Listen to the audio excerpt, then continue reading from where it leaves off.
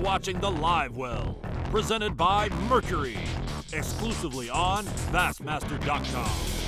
Here we go with the Livewell. Tommy Sanders, happy to be with you as we start the year of 2014. 2013 is done. It's past. We're almost ready to walk away from it. But we got one more edition of 3 questions to start out 2014. And, of course, our distinguished panel, both international TV stars, both big members, big integral elements of the Bassmaster Elite Series TV show and events. Of course, we have Mark Zona and Dave Mercer. Guys, thanks so much for giving up a little bit of your holiday time here.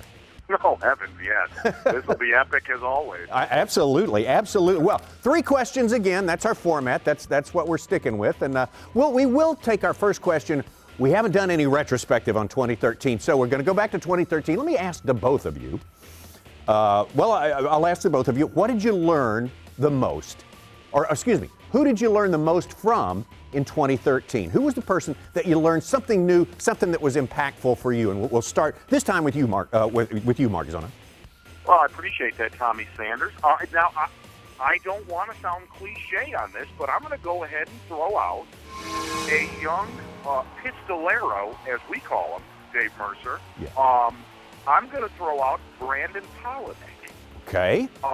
I honestly think he did something that I thought was absolutely impossible. Number one, getting disqualified while leading an event. Yeah. I thought that was an impossible feat. But the biggest thing was to come back and win an event in New York. To me, I have to say that I honestly think 80% of bass fishermen, fisherwomen across the world would have collapsed under those circumstances. You think as few as 80%? I think most people would think 99%. I mean, how improbable is it? I meant 99, Tommy. I'm sorry.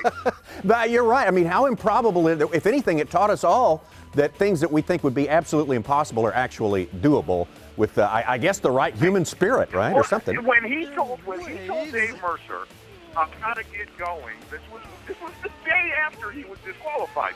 He told Dave Mercer, "I got to get going. I got to prepare to win the next event." We were sitting in the production trailer laughing. Who wouldn't? Who wouldn't? It's so against the odds. I mean, you could have gotten 1,000,000 to 1 odds if they took book on that sort of thing like that. Right. That's a good answer there, Mark Zona and Dave Mercer. Who's the person you learned the most from in 2013?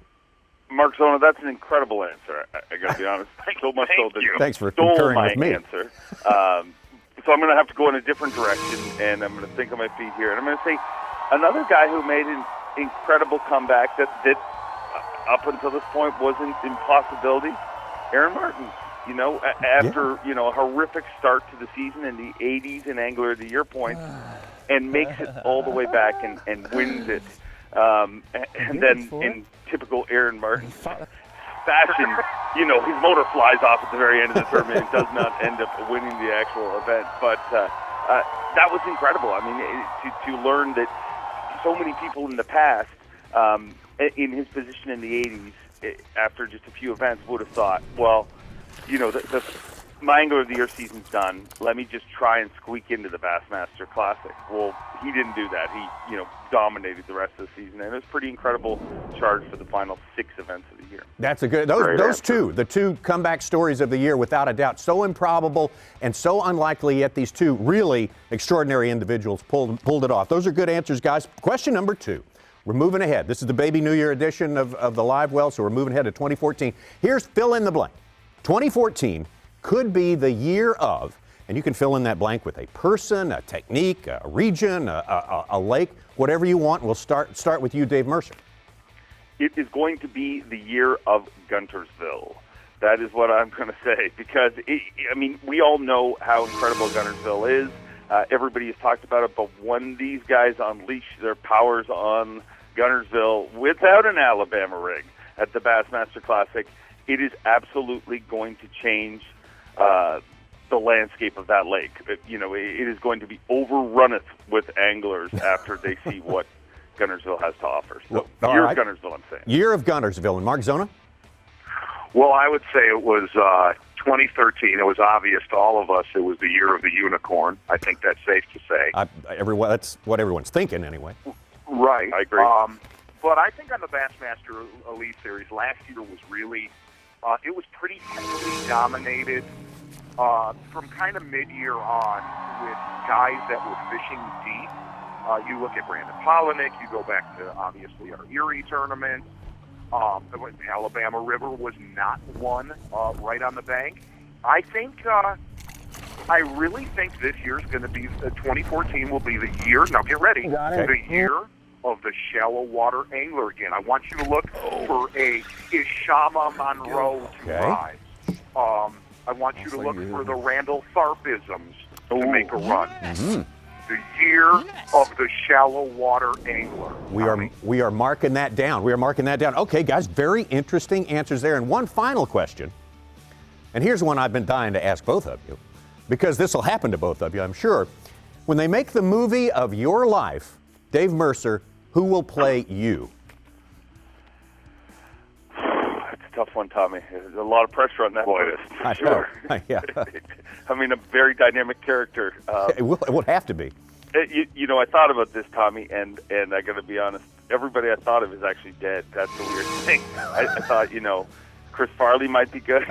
No, John Candy, John Belushi, all these people. Yeah. So none of them can do it. So I'm going to go with one of two people. Will Sasso from Mad TV fame, and the announcer from the UFC, my lifelong idol with the incredible hair and incredible tuxedos. I'm going to go with Bruce Buffer. Bruce Does not look like me at all. All but, right, I like that, though. Whatever. I mean, yeah. Okay, Mark Zona, same question to you. I don't have two answers. I have one, and I'll go with him. If you're You had to point that out, though, didn't you? Yeah, I don't know if we're able to get a picture, but we'll find one. It's fair to say Nick Nolte, a few years after the 48 Hours movies that he did. I think. Not the one in the mugshot. Not the mugshot, Nick Nolte. That's correct. Oh, okay. All right. Yes, the mugshot. To be honest, that's appealing in a way, in a certain way. I'll be honest. I'll throw one more on. I think Gary Busey would do a fine job. I was just Whoa, you said you weren't going to throw two out. Hey, you know what, Dave Mercer? Hold on a minute. I'm going to shut the Livewell down for a second. You guys. Hey, Tommy Sanders. I know. Who would play you, Tommy Sanders? Who would play me? You stole Gary Busey from me right there. I'm pretty sure. I'm thinking, I don't know, is Wink Martindale still alive? I think he might be the guy. If he's still alive, I think there's your guy right there.